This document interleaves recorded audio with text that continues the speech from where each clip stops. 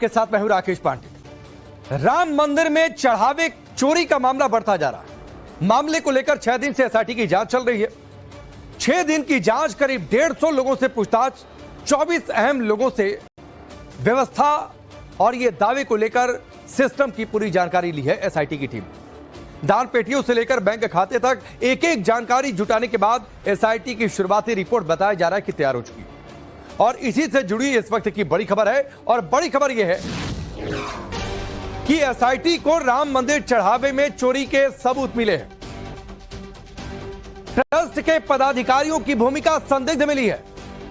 अनिल मिश्रा जो कि ट्रस्टी हैं, उनकी भूमिका संदिग्ध बताई जा रही है। गोपाल राव की भूमिका संदिग्ध बताई जा रही है। एसआईटी ने शुरुआती जांच पूरी कर दी है। कल माना यह जा रहा है कि जो प्राइमरी रिपोर्ट है वो सीएम योगी को सौंपी जा सकती है और उसके बाद बड़े कदम उठाए जा सकते हैं। एफआईआर भी दर्ज हो सकती है और हो सकता है कि ट्रस्ट में भी कुछ बदलाव किए जाएं।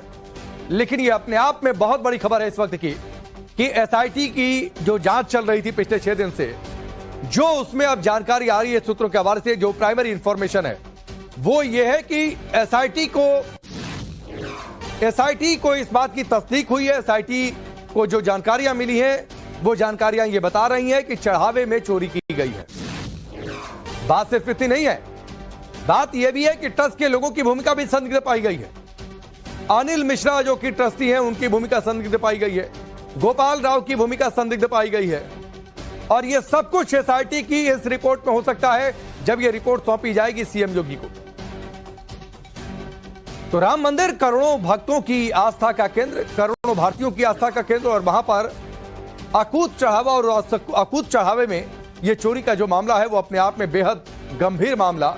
लेकिन जो जानकारी अब आ रही है वो जानकारी भी अपने आप में बेहद गंभीर है। कुछ जानकारियां आपको बताते हैं कि राम मंदिर चढ़ावा चोरी मामले में जो जानकारी हम तक पहुंच रही है, आप देखिए क्या क्या है।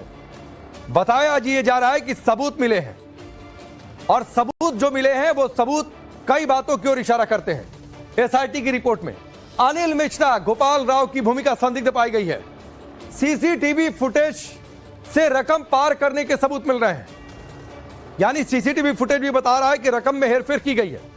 कुछ सीसीटीवी फुटेज डिलीट करने का भी शक है। लापरवाही और साजिश के पहलुओं से एसआईटी अपनी जांच को आगे बढ़ा रही है। चढ़ावे की काउंटिंग में निगरानी सिस्टम पूरी तरीके से फेल है।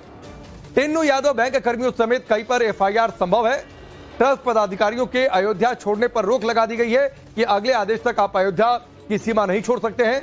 एसआईटी के सवालों के घेरे में महासचिव चंपत राय भी है। वो चंपत राय जिनको लेकर कई सारे सवाल हैं, कई सारे आरोप हैं। 6 दिन में करीब 150 लोगों से एसआईटी ने पूछताछ की है। ट्रस्ट के 20 से 25 लोगों की लापरवाही या फिर भूमिका बताई जा रही है। लापरवाही भूमिका में 3 पदाधिकारी भी शामिल हैं जो जुड़े हुए हैं। तो ये अपने आप में ये जो जानकारियां आ रही हैं वो बेहद गंभीर जानकारियां हैं, कई बेहद गंभीर खुलासे हैं, और ये खुलासे कई सारे सवालों को जन्म देते हैं। तो ये अपने आप में बड़ी और चौंकाने वाली जानकारी है। विनोद मिश्रा हमारे साथ जुड़ चुके हैं, हमारे सहयोगी, सीधे उनका रुख कर लेते हैं। विनोद, एसआईटी को जो जानकारी मिली, चंपत राय सवालों के घेरे में, ट्रस्टी सवालों के घेरे में रोक लगा दी गई है अयोध्या के छोड़ने पर। बिल्कुल, देखिए बड़ी बात यही है कि जो अब तक एसआईटी ने जांच की है पिछले 6 दिनों में, इस जांच से ये साफ हो गया है कि चढ़ावे में चोरी हुई है, जिसका अंदेशा था, कि जिसको लेकर सवाल हो रहे थे कि आखिर क्या चंदे की चोरी हुई है, क्या जो डोनेशंस दिए गए उसकी चोरी हुई है। तो एसआईटी की ये जो प्रिलिमिनरी रिपोर्ट है, जो प्रारंभिक रिपोर्ट है, इसमें इस बात का जिक्र किया गया है कि चढ़ावे में हेरफेर हुआ है, चोरी हुई है। क्योंकि हमने देखा है किस तरह से जो कुछ आरोपी थे, लव कुश मिश्रा और टिन्नू यादव, उनके घर से रकम की बरामदगी हुई। ये दावा किया गया कि टिन्नू यादव के यहाँ से बहुत सारे भारी मात्रा में सोने की बरामदगी हुई है। तो ये जो फैक्ट सामने थे, कम से कम इन फैक्ट्स पर एसआईटी की ये प्रारंभिक रिपोर्ट एक तरह से मुहर लगाती हुई नजर आ रही है। अब सवाल है कि आखिर कितने की चोरी हुई है, या कितने की लूट या डकैती हुई है इस पूरे मामले में। दूसरा, और कौन कौन अहम किरदार है। देखिए 3 बड़े चेहरे जिसके बारे में लगातार चर्चाएं हो रही थी, और सभी लोग अभी तक जो लोग इससे जुड़े हुए वो जानते हैं कि 3 जो ट्रस्ट के मेंबर हैं, महासचिव जो चंपत राय हैं, अनिल मिश्रा है, गोविंद राव है, इनकी भूमिका को लेकर भी लोगों के मन में शंका थी कि क्या इनकी भूमिका है। जो सोर्सेस दावा कर रहे हैं कि इनकी भूमिका को भी इस रिपोर्ट में डिफाइन किया गया है।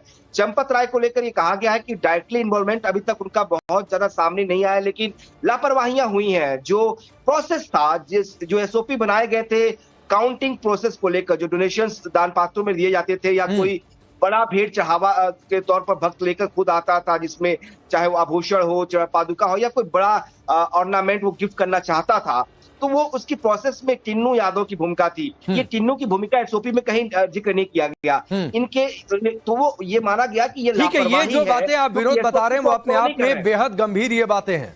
आप हमारे साथ बने रहिए, आपके पास मैं लौटकर आता हूं। राम मंदिर चढ़ावा चोरी मामले में एक और बड़ी खबर है।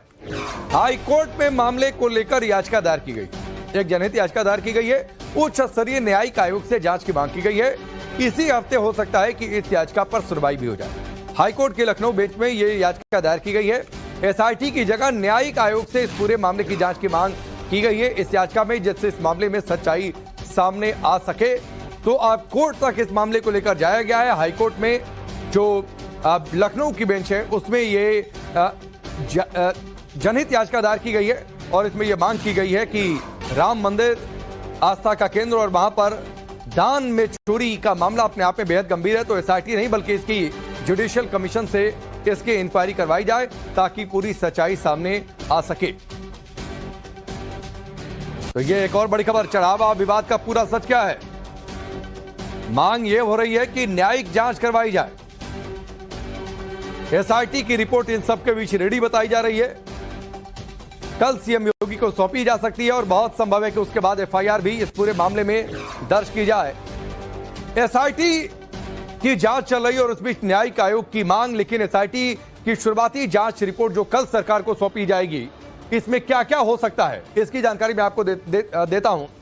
माना यह जा रहा है कि एफआईआर की सिफारिश एसआईटी कर सकती है कि एफआईआर इस मामले में दर्ज किया जाए और शायद सरकार भी इंतजार कर रही थी कि एसआईटी की रिपोर्ट आ जाए और उसके बाद आगे इसमें पुख्ता कार्रवाई हो। जल्दी एफआईआर दर्ज करने की सिफारिश हो सकती है। एसआईटी की सिफारिश के बाद ही इस मामले में एफआईआर दर्ज होगी। अलग अलग पार्टियां मांग कर रही थी कि इस मामले में अभी तक एफआईआर दर्ज क्यों नहीं हुई है। कैश बरामदगी वाले आरोपियों पर भी नामजद एफआईआर संभव है।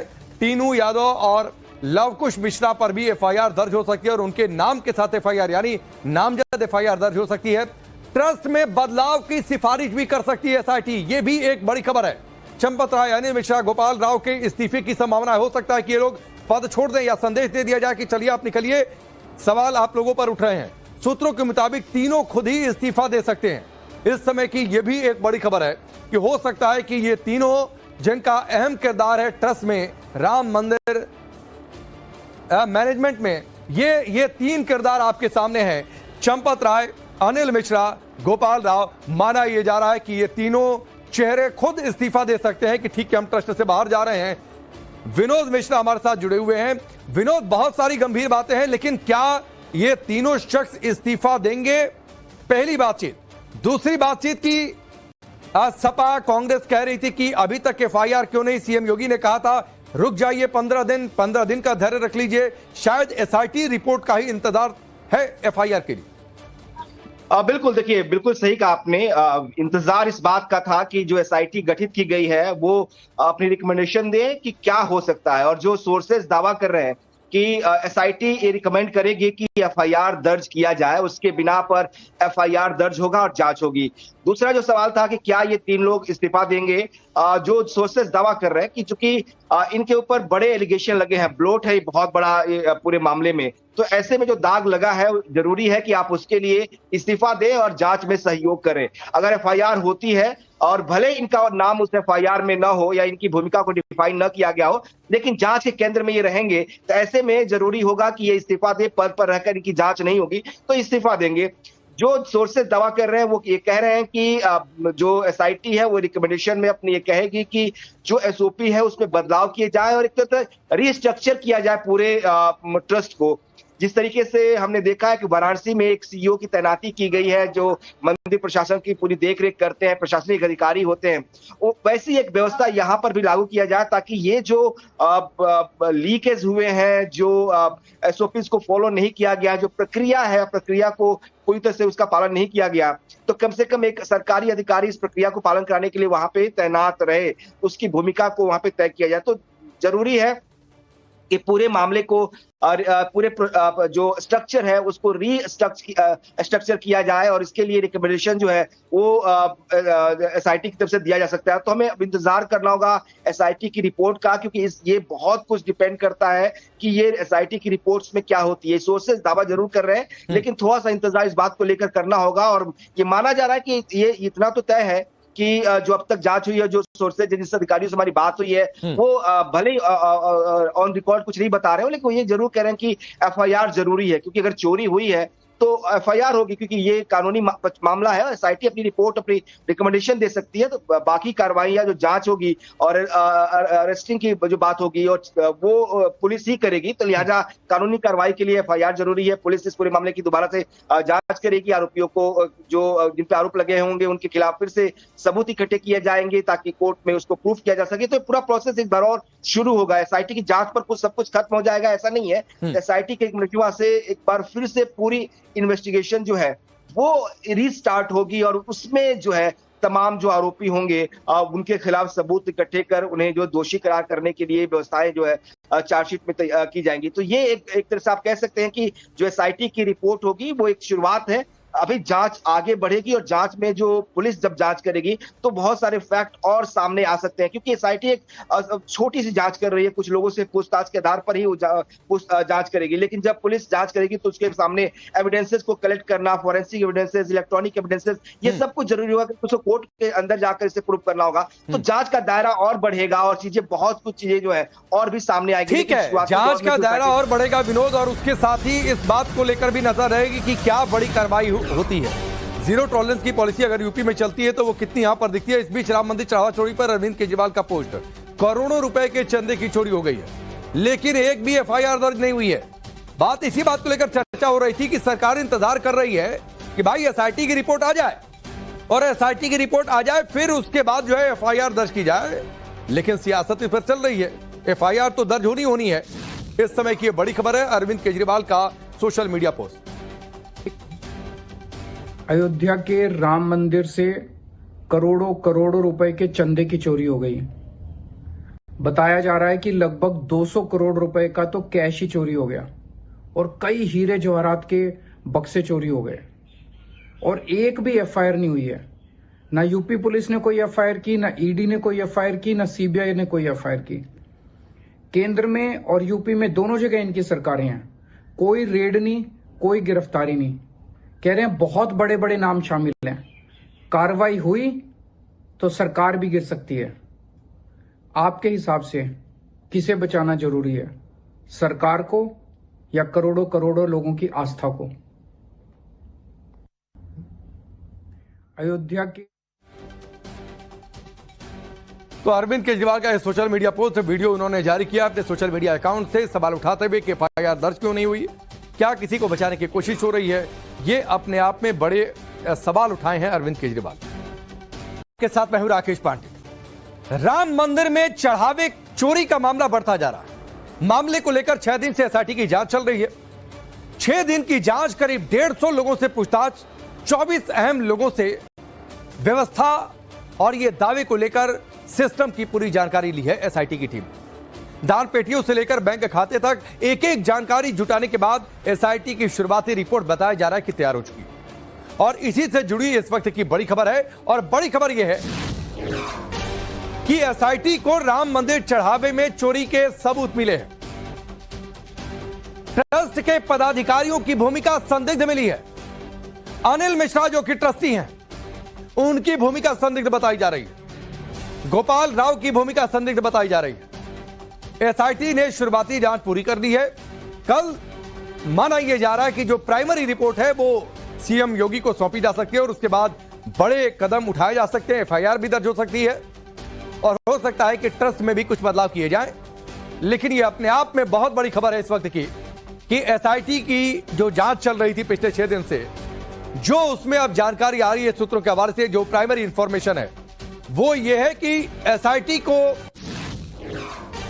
को इस बात की तस्दीक हुई है। एसआईटी को जो जानकारियां मिली हैं वो जानकारियां ये बता रही हैं कि चढ़ावे में चोरी की गई है। बात सिर्फ इतनी नहीं है, बात यह भी है कि ट्रस्ट के लोगों की भूमिका भी संदिग्ध पाई गई है। अनिल मिश्रा जो कि ट्रस्टी हैं उनकी भूमिका संदिग्ध पाई गई है, गोपाल राव की भूमिका संदिग्ध पाई गई है। और यह सब कुछ एसआईटी की इस रिपोर्ट में हो सकता है जब यह रिपोर्ट सौंपी जाएगी सीएम योगी को।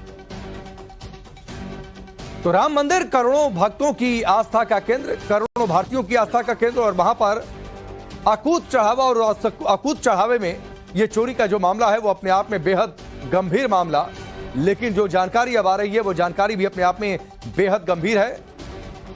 कुछ जानकारी आपको बताते हैं कि राम मंदिर चढ़ावा चोरी मामले में जो जानकारी हम तक पहुंच रही है, आप देखिए क्या क्या है।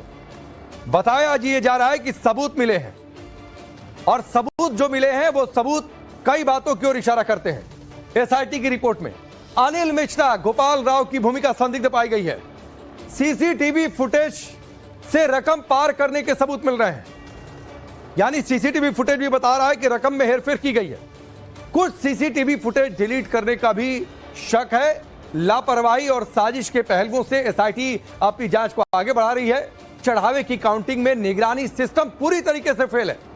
टिन्नू यादव बैंक कर्मियों समेत कई पर एफआईआर संभव है। ट्रस्ट पदाधिकारियों के अयोध्या छोड़ने पर रोक लगा दी गई है कि अगले आदेश तक आप अयोध्या की सीमा नहीं छोड़ सकते हैं।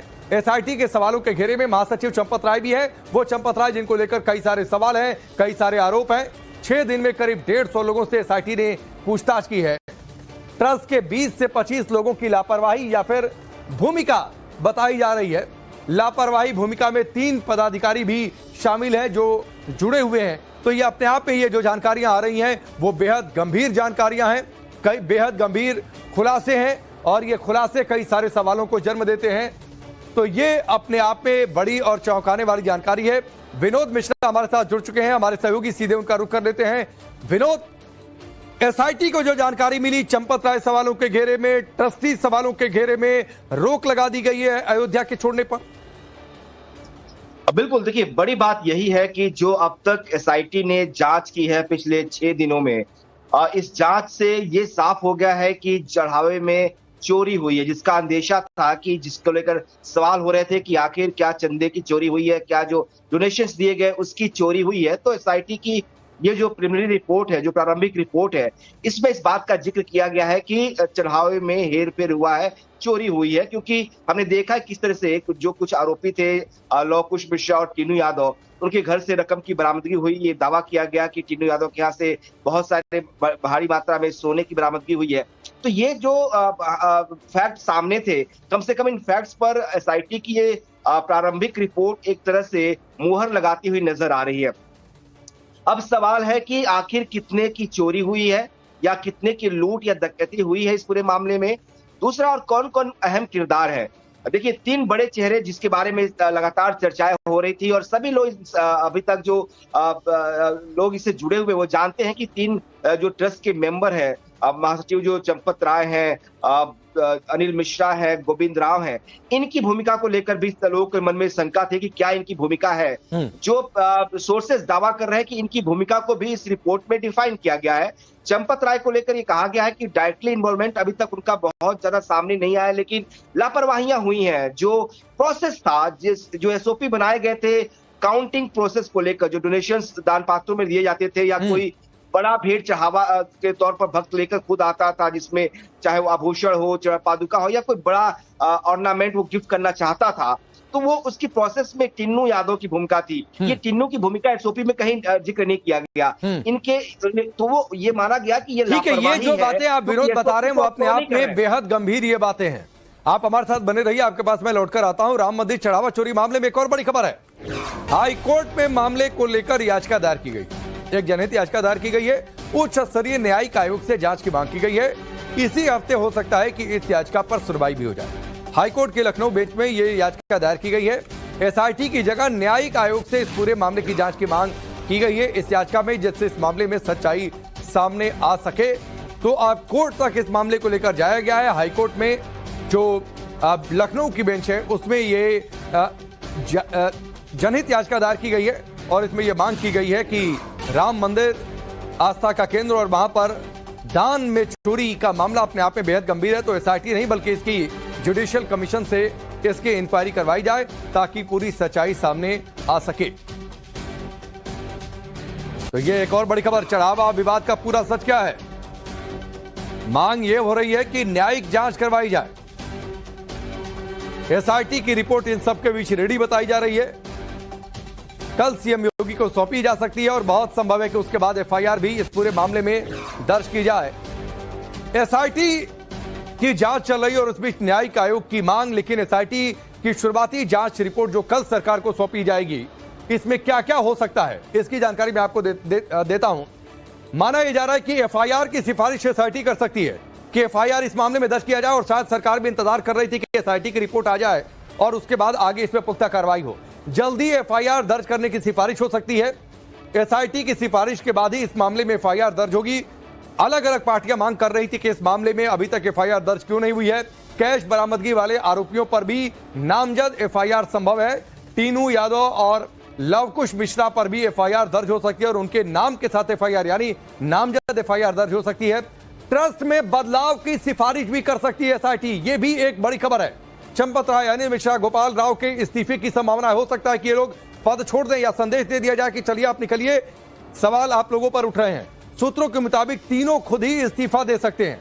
इस समय की यह भी एक बड़ी खबर है कि हो सकता है कि ये तीनों, जिनका अहम किरदार है ट्रस्ट में, राम मंदिर मैनेजमेंट में, ये तीन किरदार आपके सामने हैं, चंपत राय, अनिल मिश्रा, गोपाल राव। माना यह जा रहा है कि ये तीनों चेहरे खुद इस्तीफा दे सकते हैं कि ठीक है हम ट्रस्ट से बाहर जा रहे हैं। विनोद मिश्रा हमारे साथ जुड़े हुए हैं। विनोद, बहुत सारी गंभीर बातें हैं, लेकिन क्या ये तीनों शख्स इस्तीफा देंगे? पहली बातचीत। दूसरी बातचीत की सपा कांग्रेस कह रही थी कि अभी तक एफआईआर क्यों नहीं? सीएम योगी ने कहा था रुक जाइए 15 दिन का धैर्य रख लीजिए। शायद एसआईटी रिपोर्ट का ही इंतजार है एफआईआर के लिए। बिल्कुल, देखिए बिल्कुल सही कहा आपने। इंतजार इस बात का था कि जो एसआईटी गठित की गई है वो अपनी रिकमेंडेशन दे कि क्या हो सकता है, और जो सोर्सेज दावा कर रहे हैं कि एसआईटी ये रिकमेंड करेगी कि एफआईआर दर्ज किया जाए, उसके बिना पर एफआईआर दर्ज होगा और जांच होगी। दूसरा जो सवाल था कि क्या ये तीन लोग इस्तीफा देंगे, जो सोर्सेस दावा कर रहे हैं कि चूंकि इनके ऊपर बड़े एलिगेशन लगे हैं, ब्लोट है बहुत बड़ा पूरे मामले में, तो ऐसे में जो दाग लगा है जरूरी है कि आप उसके लिए इस्तीफा दें और जांच में सहयोग करें। अगर एफआईआर होती है और भले इनका नाम उस एफआईआर में न हो या इनकी भूमिका को डिफाइन न किया गया हो, लेकिन जांच के केंद्र में ये रहेंगे, तो ऐसे में जरूरी होगा कि ये इस्तीफा दे। पद पर रहकर इनकी जांच नहीं होगी तो इस्तीफा देंगे। जो सोर्सेज दावा कर रहे हैं वो ये कह रहे हैं कि जो एसआईटी है वो रिकमेंडेशन में अपनी ये कहेगी कि जो एसओपी है उसमें बदलाव किए जाए और एक तरह रीस्ट्रक्चर किया जाए पूरे ट्रस्ट को। जिस तरीके से हमने देखा है कि वाराणसी में एक सीईओ की तैनाती की गई है जो मंदिर प्रशासन की पूरी देखरेख करते हैं, प्रशासनिक अधिकारी होते हैं, वो वैसी एक व्यवस्था यहाँ पर भी लागू किया जाए ताकि ये जो लीकेज हुए हैं, जो एसओपीज को फॉलो नहीं किया गया, जो प्रक्रिया है, प्रक्रिया को पूरी तरह से उसका पालन नहीं किया गया, तो कम से कम एक सरकारी अधिकारी इस प्रक्रिया को पालन कराने के लिए वहां पे तैनात रहे, उसकी भूमिका को वहां पे तय किया जाए। तो जरूरी है कि पूरे मामले को और पूरे जो स्ट्रक्चर है उसको स्ट्रक्चर किया जाए और इसके लिए रिकमेंडेशन जो है वो एसआईटी की तरफ से दिया जा सकता है। तो हमें अब इंतजार करना होगा एसआईटी की रिपोर्ट का, क्योंकि ये बहुत कुछ डिपेंड करता है कि ये एसआईटी की रिपोर्ट्स में क्या होती है। सोर्सेज दावा जरूर कर रहे हैं, लेकिन थोड़ा सा इंतजार इस बात को लेकर करना होगा। और ये माना जा रहा है कि ये इतना तो तय है कि जो अब तक जांच हुई है, जो सोर्सेज जिस अधिकारियों से हमारी बात हुई है, वो भले ही ऑन रिकॉर्ड कुछ नहीं बता रहे हो, लेकिन वो ये जरूर कह रहे हैं कि एफआईआर जरूरी है, क्योंकि अगर चोरी हुई है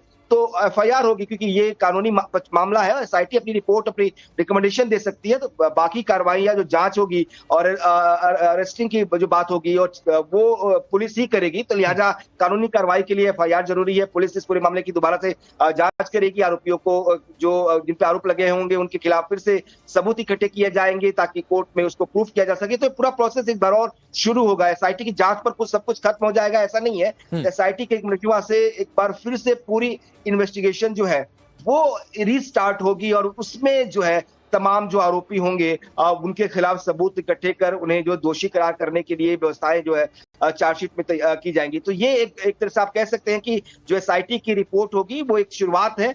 अभी जांच आगे बढ़ेगी और जांच में जो पुलिस जब जांच करेगी तो बहुत सारे फैक्ट और सामने आ सकते हैं, क्योंकि एसआईटी एक छोटी सी जांच कर रही है, कुछ लोगों से पूछताछ के आधार पर ही वो जांच करेगी। लेकिन जब पुलिस जांच करेगी तो उसके सामने एविडेंसेस को कलेक्ट करना, फॉरेंसिक एविडेंसेस, इलेक्ट्रॉनिक एविडेंसेस, ये सब कुछ जरूरी होगा, क्योंकि उसको कोर्ट के अंदर जाकर इसे प्रूव करना होगा। तो जांच का दायरा और बढ़ेगा और चीजें बहुत कुछ चीजें जो है और भी सामने आएगी। ठीक है, जांच का दायरा और बढ़ेगा विनोद, और उसके साथ ही इस बात को लेकर भी नजर रहेगी कि क्या बड़ी कार्रवाई होती है। जीरो टॉलरेंस की पॉलिसी अगर यूपी में चलती है तो वो कितनी यहां पर दिखती है। इस बीच राम मंदिर चढ़ावा चोरी पर अरविंद केजरीवाल का पोस्टर, करोड़ों रुपए के चंदे की चोरी हो गई है, लेकिन एक भी एफआईआर दर्ज नहीं हुई है। बात इसी बात को लेकर चर्चा हो रही थी कि सरकार इंतजार कर रही है कि भाई एसआईटी की रिपोर्ट आ जाए, और एसआईटी की रिपोर्ट आ जाए फिर उसके बाद जो है एफआईआर दर्ज की जाए। लेकिन सियासत इस पर चल रही है, एफआईआर तो दर्ज होनी है। इस समय की बड़ी खबर है अरविंद केजरीवाल का सोशल मीडिया पोस्ट। अयोध्या के राम मंदिर से करोड़ों करोड़ों रुपए के चंदे की चोरी हो गई। बताया जा रहा है कि लगभग 200 करोड़ रुपए का तो कैश ही चोरी हो गया और कई हीरे जवाहरात के बक्से चोरी हो गए, और एक भी एफआईआर नहीं हुई है। ना यूपी पुलिस ने कोई एफआईआर की, ना ईडी ने कोई एफआईआर की, ना सीबीआई ने कोई एफआईआर की। केंद्र में और यूपी में दोनों जगह इनकी सरकारें हैं, कोई रेड नहीं, कोई गिरफ्तारी नहीं। कह रहे हैं बहुत बड़े बड़े नाम शामिल हैं, कार्रवाई हुई तो सरकार भी गिर सकती है। आपके हिसाब से किसे बचाना जरूरी है, सरकार को या करोड़ों करोड़ों लोगों की आस्था को? अयोध्या के